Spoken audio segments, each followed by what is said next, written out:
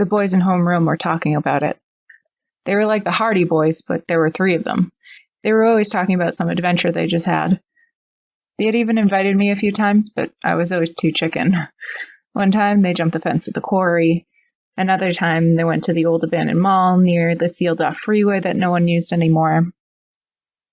This time, they were talking about a cave. It wasn't far from my house, at least that's what Miles said. It was in the woods behind my backyard, about a half-mile down. But it wasn't the cave they were talking about. Well, it was and it wasn't. See, Miles said he had heard something there, and he couldn't stop thinking about it. He said a voice was calling him to go inside. The others thought maybe they heard something, but they couldn't be sure. Miles wanted to go in, but the others said no, and as much as they wanted to, they just hadn't come prepared. Mickey said that it looks like you'd easily get lost because it was so dark. But tonight they'd bring flashlights and one of the big, long dock line ropes Chris's dad had down at the boatyard. It was sturdy, and if they tied it to something outside the cave, it'd keep them from getting lost in there. They invited me. When I said yes, they all froze. "You're going in first, then," Mickey said. That dumb, freckled smile and greaser hair always made me want to punch him. We all met up that night by my house around midnight. I followed them as they walked single file straight through the woods. It was easy enough to find the cave, half-mile down, just like Miles said.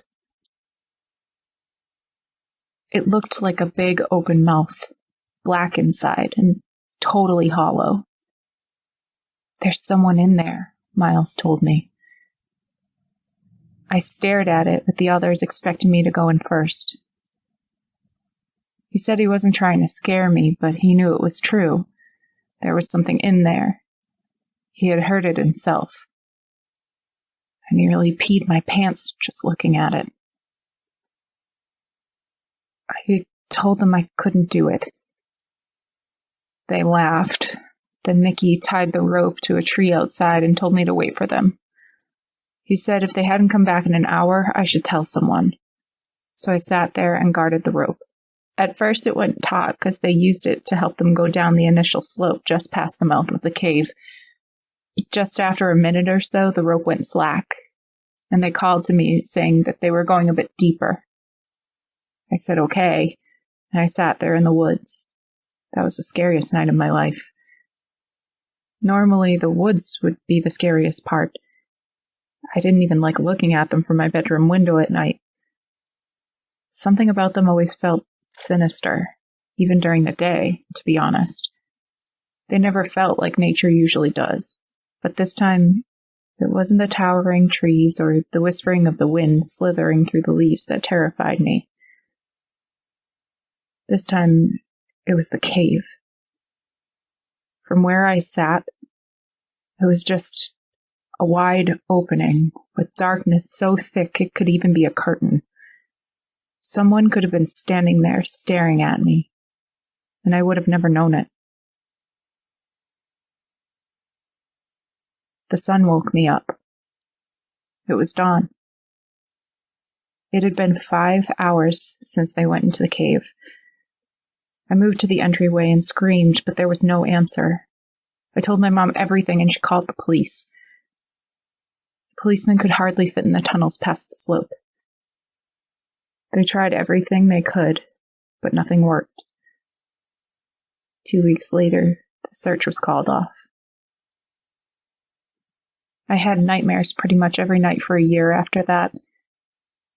On days I couldn't sleep, I would sit up, looking at the woods behind my house, waiting for them to come walking out. They never did, of course. I never heard a single thing about them.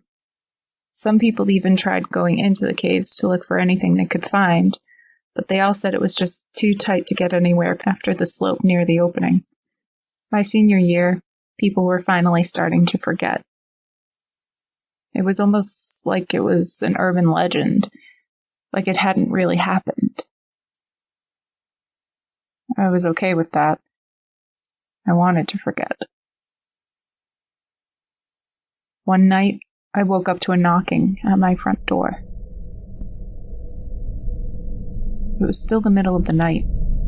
I was so groggy, I wasn't sure I was even really awake or not. I followed the sound of the knocking all the way downstairs and opened the door. But there was no one there. Then I heard the knocking again and realized it had been coming from behind me, from the basement door. Now I was sure I was awake. And I was scared. Every few seconds, it would come again. Knock, knock, knock. I was scared to open it, but I was frozen there, too afraid to run. So I opened the door. Miles was walking down the stairs already. The light in the basement was off, so he was just barely visible. He turned back and looked at me. "You have to come to the cave," he said. "We're still down there."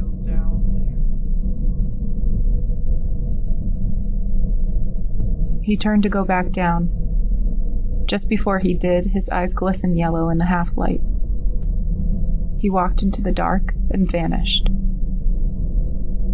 I tried to convince myself that it had been a dream, but something inside wouldn't let me believe it. After that, I couldn't stop thinking about it. What if it was true? What if they were still down there? Every time I closed my eyes, I saw the mouth of the cave, just like that night. I felt like all it wanted was for me to go inside. I kept thinking about the tunnels. What if there was one right beneath me as I saw in class? What if all three boys were only a few feet away from me, right beneath the surface? It would have been the easiest thing, just staying put, keeping to the surface. The risk was all below. Just knowing it was there, knowing I would never have an answer to what happened to those guys unless I went in. I found myself going in there one day, when it was still light out, with nothing but a flashlight in hand. I figured I'd just cross the threshold, look around for a second, and come back up. Maybe the pulling, the incessant thinking about it would finally stop if I just went inside, just for a second. When I got there, it wasn't so scary, so I walked inside. The cave was wide, wider than I would have thought. It sloped down so that just after you had gone in, you were already too deep to see the opening behind you unless you looked up, which I did. The cave stretched on beneath me. It was steep, but not so much that it caused much concern. I figured if I was really desperate, I could climb back up pretty easily. So I slid down, following the beam of my light, down and down the wide open cave. Finally, I came to the edge of the slope. There was a drop, only about 7 feet down. I aimed my light. It seemed like a flat platform and a way to keep going straight. I could only see a foot or two into the corridor. The walls were full of rocks that stuck out. I could climb up if I wanted, so I sat on the ledge and pushed myself off, landing on the platform. "Hello?" I called at the edge of the corridor. My voice carried, bouncing off the walls and fading into the dark. The feeling that had brought me here didn't dissipate as I moved deeper into the cave. It was just the opposite. The feeling got more and more intense, like I was always right on the edge of finding out the mysteries of the cave. So I went into the corridor. It wasn't super wide, but not too narrow either. I had to turn to walk sideways and fit comfortably, but that was okay. Behind me, the light from outside was starting to fade. In front, there was only the yellow beam of my flashlight bounding against the rock, which got sharper and sharper as I walked on. By the time I reached the end of the corridor, they were sharp as knives. There was another slight slope down. Beyond that, I wasn't sure. My light couldn't reach. I slid down, but the slope was so smooth I almost slipped and fell. At the bottom, I turned my light back and saw the slope was just as big as the first one. Only it was steeper, and there was nothing to hold on to. I tried climbing back up, but even as I did, I knew there was no turning back. And as much as I wanted to leave, I still felt like it wasn't done. Just a little further, I thought. I was almost there. The tunnel ahead wasn't wide like the first. In fact, it was exactly as wide as I was. I pushed in, both my arms grazing the sides. Each step was tighter than the last, and worse yet, it was always going down. I realized that ever since I had entered the cave, I had been steadily moving deeper underground, always going down. I must have gone at least a quarter of a mile below the surface by now. There was no turning back. I just had to hope I would find something that the other boys didn't. The beam of my flashlight grew dim, but there wasn't much to see anyway because it got so thin ahead. The ceiling of the cave wall dipped down and my only option became simply to go with it, until it got so thin that I was on my stomach. There wasn't enough room to pull myself forward by my arms, so I had to belly crawl 1 inch at a time. My right arm was fully extended out in front of me, the flashlight shaking as I moved. And still the ground sloped down, always deeper. Every moment that passed, I was farther from the surface. I thought the cave would have some logic to its passages, but I was wrong. There was no rhyme or reason for why the tunnels would turn right, or the ground would suddenly give way. And yet, no matter how narrow or awkward, there was always enough room for me to pass through, like it had been made for human bodies to inhabit it, made by something beyond comprehension. And then, just as my light was beginning to truly die out, the narrow passageway I had to push and struggle through, ripping my clothes and tearing my skin, finally opened up. I was elated. My lungs could fill again without the pain of jagged rocks scraping my ribs. But the feeling didn't last. There was nothing ahead. No passage. But there was something below. Water. Black. Nearly invisible. I stepped in it, thinking it was a puddle. My foot sank down to my shins before I caught myself on the edge. First, I tried to go back the way I came, but the protruding rocks cut into my stomach.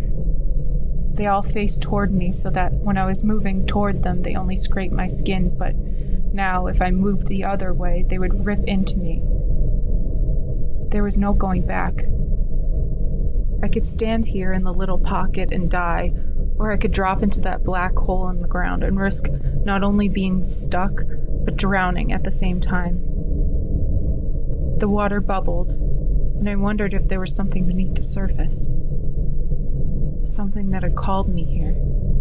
Called Miles here all that time ago. But then another thought struck me.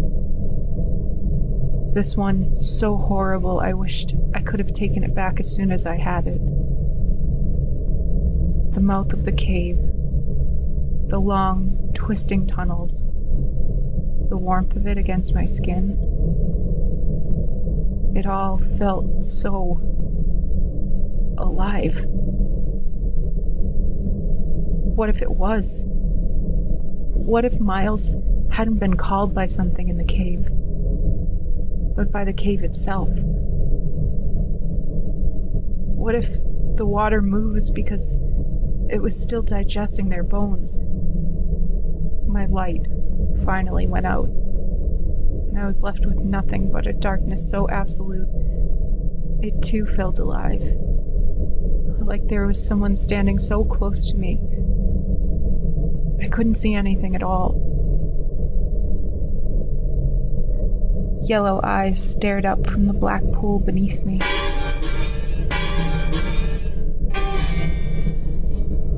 They quickly sank into the depths. I stood there, frozen and trembling, my mind reeling.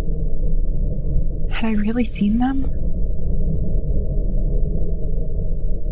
I don't know how long I stood there.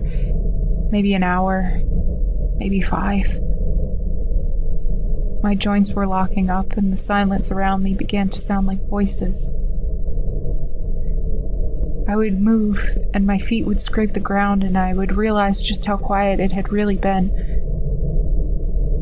The dread of my situation began to set in and I made my decision. I would dive into the black pool. There was no other way.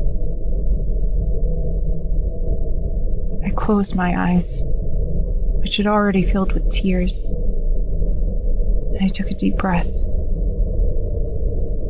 I jumped inside. As soon as I did, I knew there was no coming back up the same way. The tunnel was about 5 feet deep. Below, the space opened up into a vast black ocean.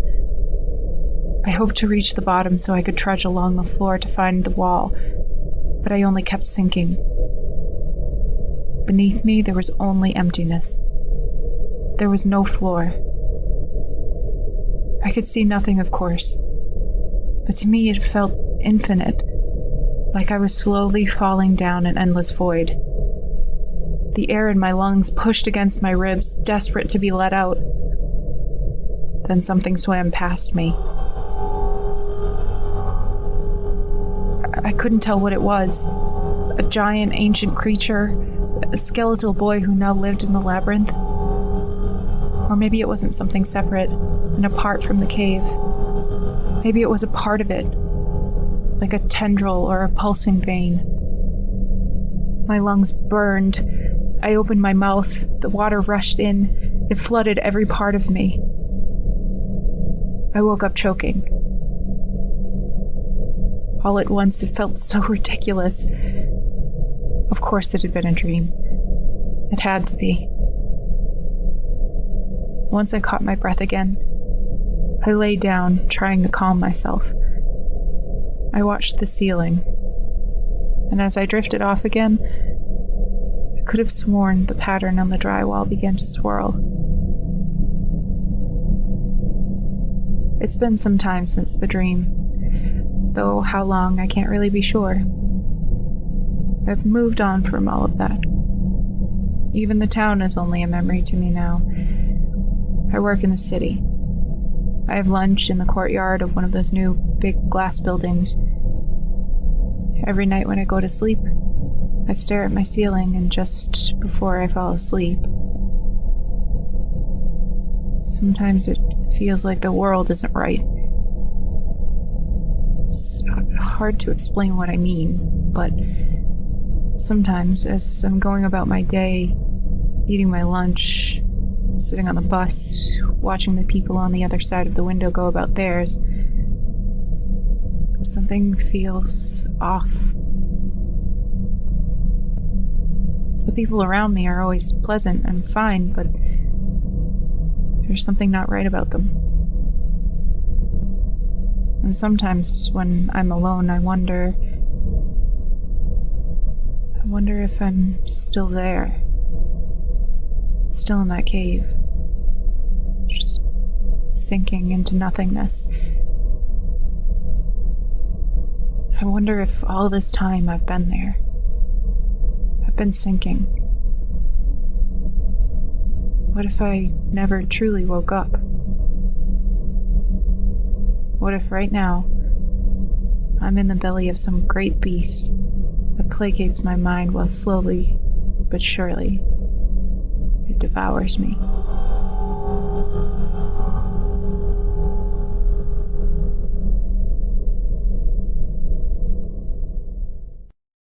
Thanks for watching The Assassin Rapper, and if you enjoy the content then make sure to subscribe and hit the bell to be notified of new content.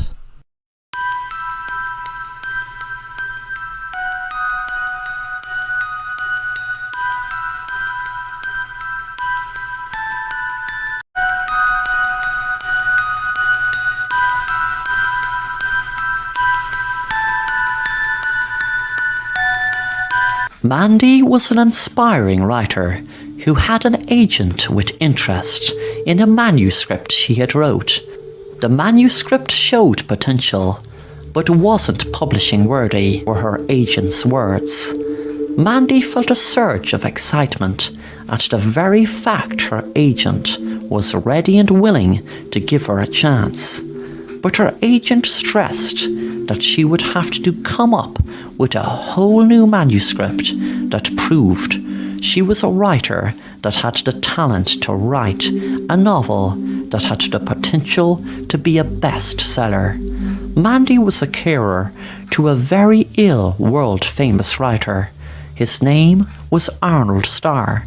He had a string of best-selling novels, and lots of them were turned into movies. Arnold kept telling Mandy that he had his best work hidden away, and only she knew about it, but asked her to give the manuscript to his agent in the event of him dying. He gave her a key code to get into the room that the manuscript was hidden in, and he promised her that no one knew about the manuscript, not even his agent.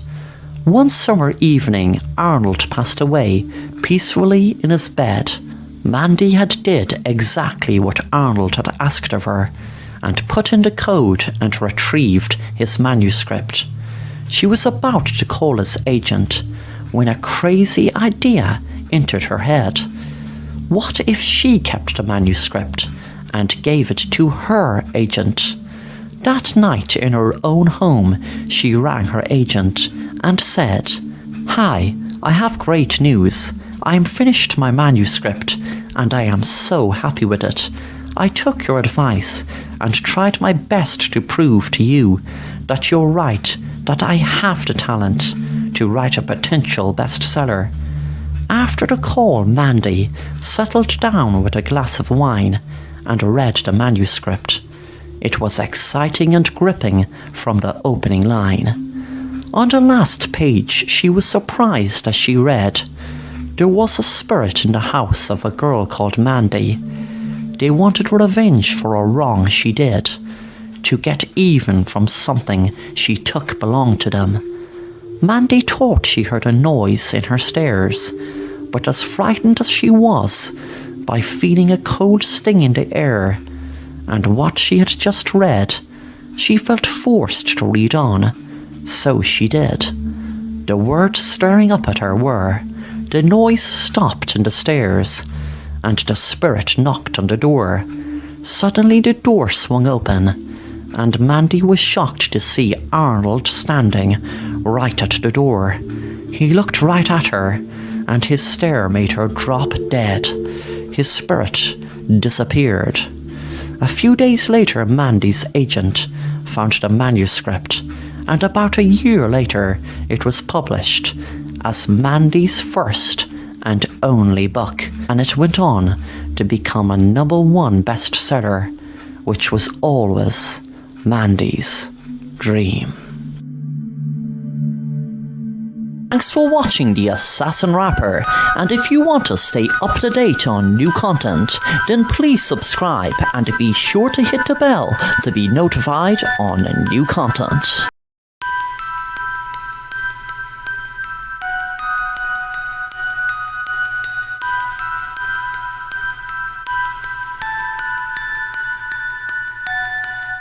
Michael and his girlfriend Sarah were invited along with their friends Paul and Susan to a new restaurant that just opened. They won a competition on the radio and were very excited to be able to walk into a restaurant and order anything on the menu and not worry about the price. They were all students and didn't have much money to spare with all the expense of college. When they all arrived at the restaurant, they were admiring the outside of it. They heard a lot about it and knew it was very expensive, which was another reason them winning a free meal was a great win. When they sat down in the restaurant and looked at the menu, they appreciated more not having to pay as the meals were so expensive. They ordered their food and ate their meals and were really impressed. When it came to desserts, Michael was the only one to order Death by Chocolate. The rest ordered just plain ice cream. They relaxed after the meal drinking coffee. When they were finished and decided to go home, they had ordered a taxi, and while they were waiting, Michael saw a truck coming straight for him and screamed.